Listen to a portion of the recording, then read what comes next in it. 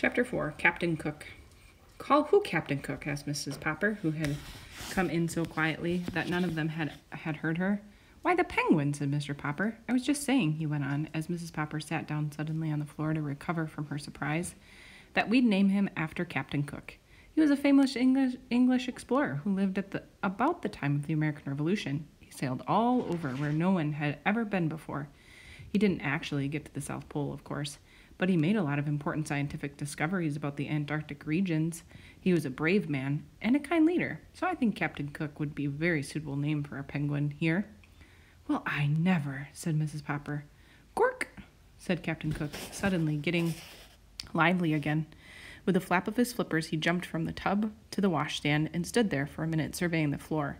Then he jumped down, walked over to Mrs. Popper, and began to peck her ankle. Stop him, Papa, screamed Mrs. Popper, retreating into the hallway with Captain Cook after her, and Mr. Popper and the children following.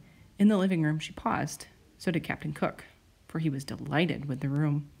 Now, a penguin may look very strange in a living room, but a living room looks very strange to a penguin. Even Mrs. Popper had to smile as they watched Captain Cook with the light of curiosity in his excited circular eyes, and his black tailcoat dragging pompously behind his little pinkish feet.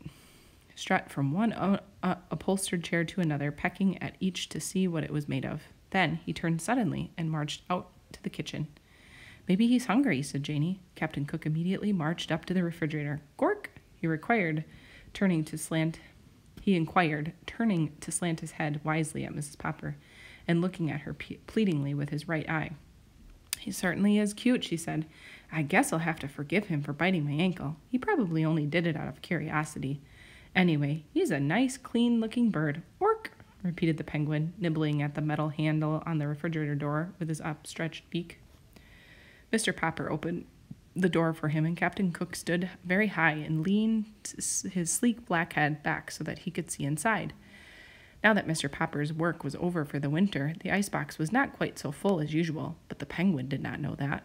What do you suppose he likes to eat? Asked Mrs. Popper. Let's see, said Mr. Popper as he removed all the food and set it on the kitchen table. Now then, Captain Cook, take a look. The penguin jumped up onto the chair from there onto the edge of the table, flapping his flippers again to recover his balance. Then he walked solemnly around the table and between the dishes of food, inspecting everything with the greatest interest, though he touched nothing. Finally, he stood still, very erect, raised his beak to point at the ceiling, and made a loud, almost purring sound. Orr, orr, he trilled.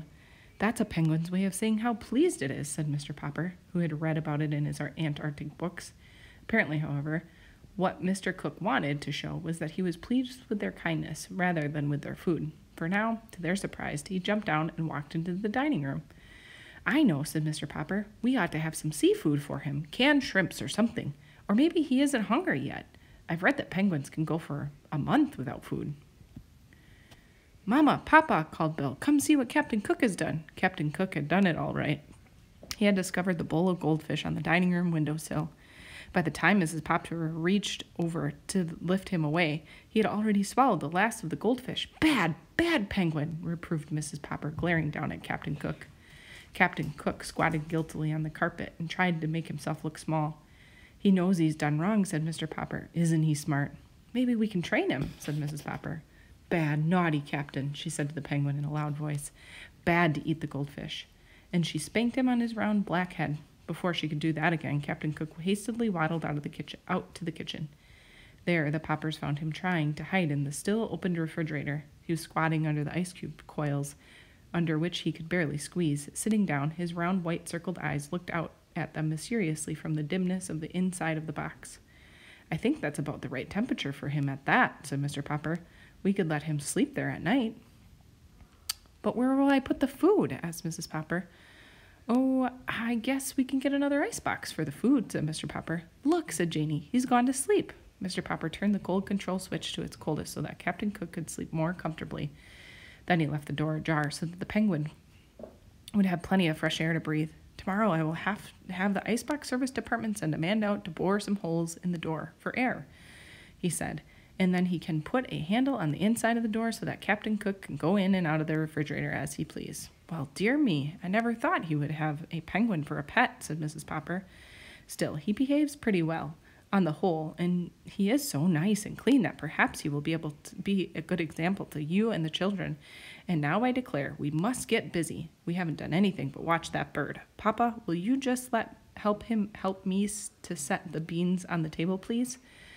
Just a minute, answered Mr. Popper. I just happened to think that Captain Cook will not feel right on the floor of that icebox. Penguins make their nests out of pebbles and stones. So I will just take some ice cubes out of the tray and put them under him. That way, he will feel more comfortable.